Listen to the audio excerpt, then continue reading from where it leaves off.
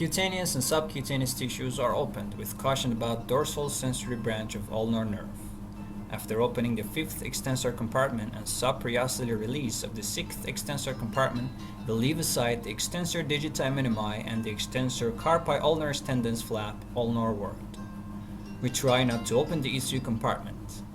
After the DRUJ and ulnar bone exposure, we decorticate and remove the remaining joint cartilage with bare and narrow rongere and prepare the DRUJ for arthrodesis. Using a 2.7 mm drill bit, pre-drilling is carried out from ulna to radius bone on locations previously marked by the jig at the site of the DRUJ. Arthrodesis of the joint is performed using a fully threaded cancellous screw in the distal side. Approximately 28 mm from the distal ulna surface, a length of 20 mm from the distal ulna is cut out based on the jig using an oscillating saw to create prosthesis insertion space.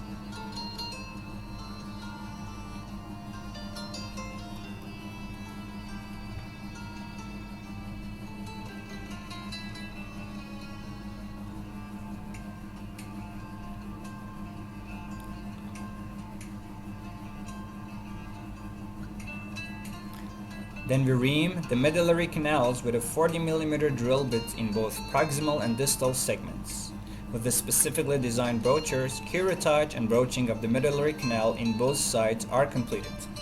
After selection of appropriate stem size based on internal diameter and confirmation of appropriate prosthesis stability with trails, we insert and fix the distal stem with axial rotation.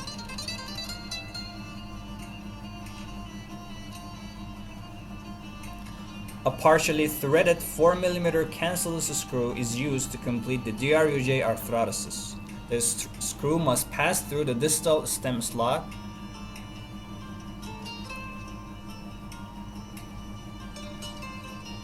Proximal stump of ulna is pushed dorsally.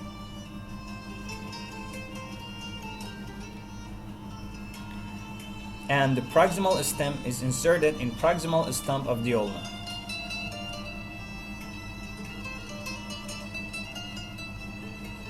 Afterwards, we connect the locking part to the proximal stem. Then we relocate the proximal ulnar stump.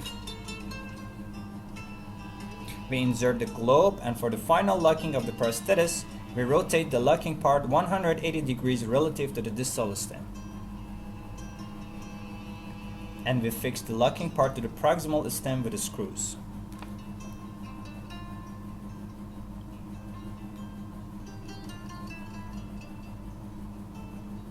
The DRUJ intraosseous prosthesis function.